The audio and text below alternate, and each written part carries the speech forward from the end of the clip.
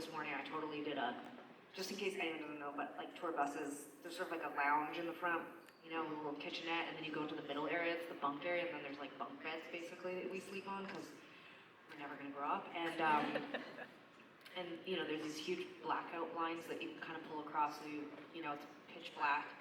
And I woke up and totally did a like buried alive move. Like I was like, I think it's because I don't usually wake up when the bus is not moving. It's like always moving, but this morning we got in so early. Anyway, you don't need all this information, but I woke up this morning and was like, what the fuck's happening? Where are we? I'm so excited to be here. We love it here. We've all been looking at real estate backstage. We're gonna go out. It's expensive here. Yeah. It's fancy. So fancy here. I don't know. I like to get a sense of what it looks like to live everywhere we go. It's really nice. Do you guys, are you pretty competitive with Savannah? Charleston. Oh. I just was looking, it's a little cheaper to live in Savannah, so I don't think I'm going to be your neighbor. I really like Asheville. North Carolina. We were just there for 2 years. Okay, good to know. Okay, good to know. I'm probably going to stay in Canada, realistically. Yeah, we just, you know, it's a family, you know, we like to go out on family vacation, so we might end up here in the Carolinas somewhere on vacation, I get the feeling. Okay, we're going to jump into your VIP questions. There weren't that many, but there's enough that we'll probably get through them all, and then we'll play a couple songs. That's how this is done. Question one, I'm very excited to see. Are you aware of Max Caster from the pro wrestling group, The Acclaimed, and him being a fan of yours? Fuck yeah. Yes. Absolutely. I think it is so funny that he always wears Tegan and Sara shirts. I think it's so funny. I've messaged him before and told him to stop buying the shirts. We would just give him shirts. But I love him, and I just watched the Wrestlers on Netflix. Did you watch that yet? I haven't seen it, no. Anyway, it made me like wrestling even more. But I think Max seems just like so fucking awesome. I've never met him, but did you see his rap over Not Tonight that he did a while ago? Like the instrumental track, he did a rap over it? Yes. Yeah. We get tagged and everything. And like one of my cousins, it was probably like a year into him being visibly a Tegan and Sara fan that someone in our family tagged us. I'm like, do you understand that like this guy is like obsessed and loves you guys? And I was like, I know, I love it. So I love him. Are you a big fan? Yeah, I'm a big fan of his too. Yeah. Not just because he's a Tegan and Sara. No, he's good. He's funny. His whole bit is so great. His gimmick is that he just comes out and torches people on the mic. He does with his raps. He just dresses down everybody he's about to wrestle, and it's great. I know, but then he's so sweet. I know, like outside of his character, he's a nice guy. Yeah. I actually feel like I could never be a wrestler, but I between watching the wrestlers on Netflix, and then also recently a friend sent me pictures of like an underground wrestling club in Vancouver, like where I live, and the pictures were so sick, and I was like, I haven't like got into a new thing in a long time, but I was like, is maybe like wrestling, like local wrestling will become my thing. Well, there was Calgary has a really deep history of wrestling. I don't know if the Hart family, the Hart Bret Hart. We grew up watching. We watched it. We watched wrestling every weekend with my dad. We were obsessed. Cool. Yeah. So it was all the old school wrestlers. Like it brings back like the Undertaker and like Macho Man. Like all that stuff really brings back all the feels. The closest I've got to see, like I haven't been to a wrestling match in person ever. Like we watched a lot of it on TV, but I went to a boxing match a few years ago, and it made me like sick to my stomach. It was just fine. That's what's cool about wrestling is that it doesn't feel. I don't think it generates that same feeling. Well, we'll see when I start going out to see locally. Okay, someone says, I'm 72 years old. Am I your oldest super fan? Where are you? You know yourself? You're definitely not our oldest super fan, but 72 is young. I really, yeah. You might be our oldest super fan. No. What do we know? We don't know. Yeah, that's true. I mean, we don't like officially know, but 72 doesn't seem that old to me. But also, like as I start to get older myself. Yeah, it's because she's still in her 40s. Yeah. But I just like. Okay, like look great. This is gonna sound weird, but like, did anybody see the news? Like today, there was a big piece in the New York Times about the new Bachelor, and he's in his 70s. Golden Bachelor or something. Yeah, it's Golden Bachelor, like the show The Bachelor, like the long-running series. This year, this season, The Bachelor is in his 70s, and I was so excited. Like I was like, this is I'm gonna watch it. Like I think that's like super cool, and it gives me hope because I don't think of my parents as being old, even though they're in their 60s. And now that I'm in my 40s, I just feel like I'm still 20. So I don't know. I just like age is nothing but a number. How long have you been a fan of Tegan and Sara? 5 years. 5 years? And do you feel like a super fan? Yeah? You have everything. Have you seen us live before? This is gonna be your first one? Oh. Hey. Oh, right, of course, because in 5 years we haven't really toured much. It's definitely not down here. That's so cool. Well, I hope you have an amazing time. I don't want to fuck it up for you. Yeah, it's cool. I will say this, that on this record cycle, it kind of reminded me a little of Heartthrob in this way. There's been like a lot of teenagers, and there's been like also like a lot of little kids. And it's funny because I'm like, I don't know if I had an 8-year-old if I would bring him to our show, especially because it's late and we talk a lot. I don't know if that, connects, but I just love seeing the range of people that come to our shows, I think over the years people have tried to really peg us as being like, we're a band that has this audience. I just don't think that's true. I think we have, I just think it's all over the place. So anyway, we're happy to have you. Yeah. Okay, what's one show or concert that you've been to that's left a memorable impression? In our early career, we talked a lot about how we'd seen Bruce Springsteen, but mostly we'd grown up listening to his live albums. I think that really impacted us when we started playing. We thought talking and storytelling should always be a part of the show, so I would say that. Yeah, I mean, I think actually, I think Springsteen, when we were kids, was hugely impactful, but I still, the most, visceral memory I have of seeing a concert is the first time I went to a show, which was the New Kids on the Block, and we were in grade 4, and I can still remember how disorienting it was to see them come out on stage, and I don't really even remember there being screens or anything. They seemed so tiny, just way off in the distance, and the volume of noise, the screaming, I just remember being totally immobilized by it, just thinking this is so overwhelming. Oh my God, I can't believe they're real. I just remember the thrill of it was so intense. And I also have this really strong memory of feeling like I was pushing down the feeling of wanting to just go bananas. Everyone was so excited around us, and I just remember being this is so exciting. Even then, I kind of had a sort of shyness about expressing my true fandom for them. Anyways, I had so many memories from that show and from the experience of seeing that for the first time, which is why when I think about a kid, when people tell us, oh, this is the first time my kid is going to go to a concert, I'm always like, oh God, you should have picked something more exciting. They might remember it, and this might not be good. All right, there are a couple that I think are really interesting we haven't gotten before, but someone asked about, Kurt, this is you again, any plans for another live album?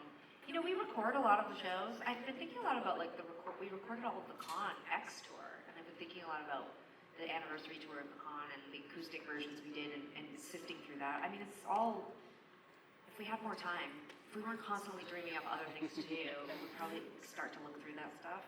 We battled this thing internally over not being too nostalgic, not always looking backwards. Today I was thinking a lot, today's the anniversary of the video for I Can't Grow Up coming out, and was saying, I think what really inspired me when I heard that song and we made Crybaby was that we're looking forward. But it's very tempting and intoxicating to look back as well. So I do think eventually we'll sift through all the live stuff, and I definitely think we're gonna play If It Was You in full next year. And I don't know. Right now it's just one tour. I don't know if we'll end up being able to take it other places. It's just hard to do. But I definitely think we'll record those shows and maybe put that out. So yeah, maybe. Sara, I think this is so interesting. I was. The person who asked this is also named Sara, but I really mean you, Sara. But the career-spanning demo record box set for Record Store Day 2024, please. It's funny, we haven't done that. The collection came out, I guess, after Sainthood. So there's no, I guess we're almost ready to do another box set with the next 5 albums. Good God, time is going fast. We'll be dead soon. No. Yes, I think the short answer would be yes, we'll probably do some sort of recollection again. Okay, so Alex, who claims to be from, unfortunately, Texas. That's funny. I really like Texas. I love Texas. I love Florida. Americans are hard on themselves, Yeah, like people get so upset with some of the shitty politics and shitty people. Don't worry, they're everywhere. Yeah, shitty. Not just in your state. Also, like, sometimes politics, I don't know. That's not necessarily what makes up the heart of a place, you know? But Alex asks, what's my remedy for a tummy ache? This is so old. I'm such an old person now. Heating pad. I remember my... I have your heating pad. Yeah. I bring my heating pad on tour now. Heat is the thing that has always healed everything for me. Like, I'm somebody who could, like, take, like, 3 hot showers, like, scalding hot showers a day. I probably have some kind of circulation issue, but I find heat is, like, if I have a sore anything, I just put the heating pad on, a little bit of, little something like hot and spicy, alcoholic or something else. Then booze in a heating pad. Yeah. And also, Alex asked, what books are we currently reading? I just finished a book called Doppelganger by Naomi Klein. She's a very famous Canadian writer. Mostly writes a political sort of commentary, and writes. She's very famously known for a book called No Logo.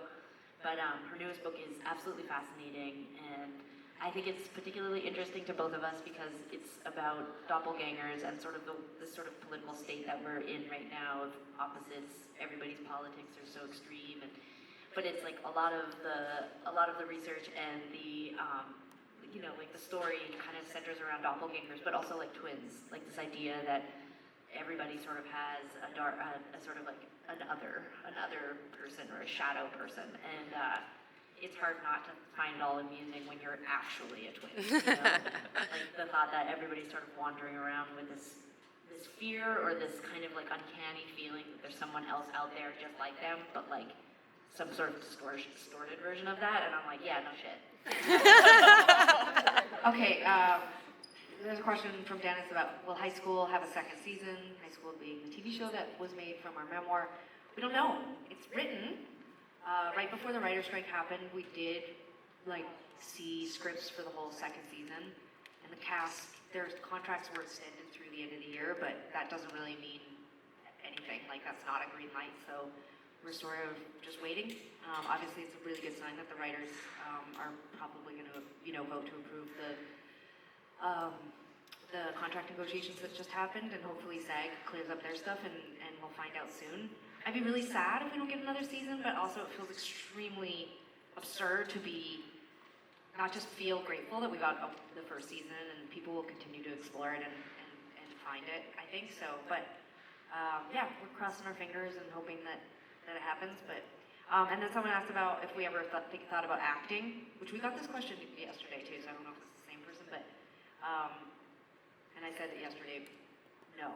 I kind of hate being on camera. We're both really uncomfortable. We had to do a photo shoot this afternoon, and it's just like, I just hate. Sarah yesterday said at the VIP that she doesn't like the way she looks, which is rude because we look the same. But I do get it. I think there are a few people who actually really love looking at photos or video of themselves, and I think we've just become really comfortable curating content that we've made the way that we like and controlling it in some way, but to be an actor, you're at the whim of everyone else on set. I just don't think we would do well. We like to be the bosses. We do not like being told. I also don't like.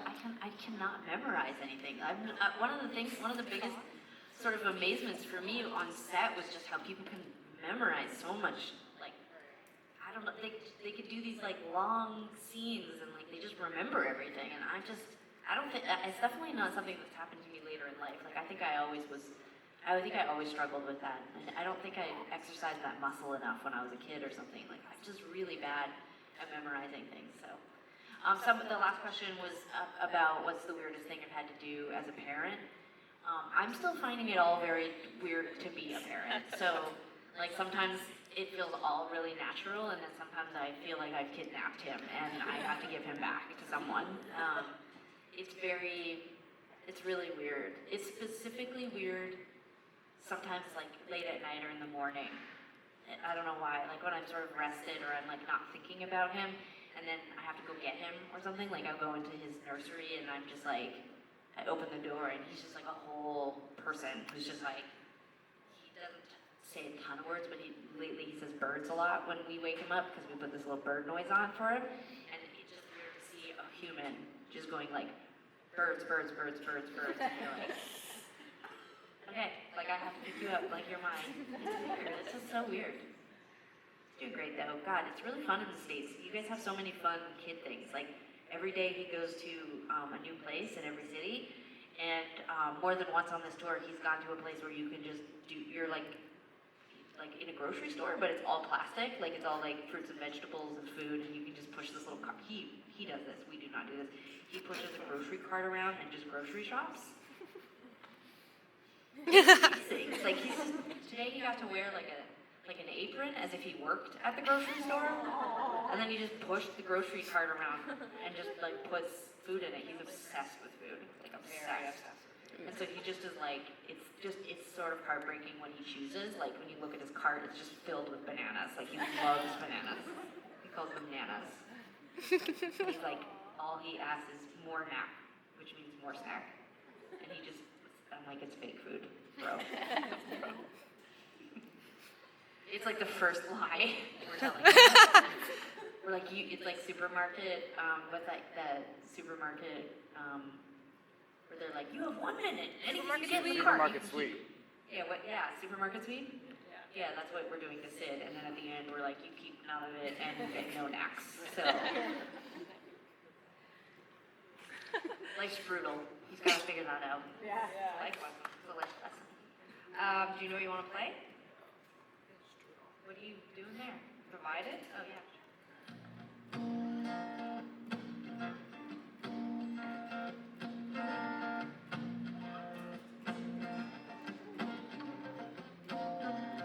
Burns out 'cause the early movie shows a cheaper little mind. Put my feet up, stares out on the highway with a homemade sign says, go ahead, try to figure out what my future looks like. I don't wanna live my life like a movie, always thinking I could have been seen. Or else I didn't control me. Just film away and let me be. At ease, I feel fine. I move on. I go on. There's something so divided. Don't worry about me, I'll be fine. Don't live your life for me or for anyone. You live your life as if you're one. Live your life as if you're one. At ease, I feel fine. I'll move on. I go on. How can you be mad? We've just got started. I wanna shave my head, lie in bed all day long. How can you be mad? We've just got started. Live your life as if you're one. Live your life as if you're one. At ease, I feel fine. I move on. I go on. Learn how to kiss the early movie. Shows a cheap little mind if I put my feet up. It says out on the highway with a homemade sign says, go ahead, try to figure out what my future it looks like.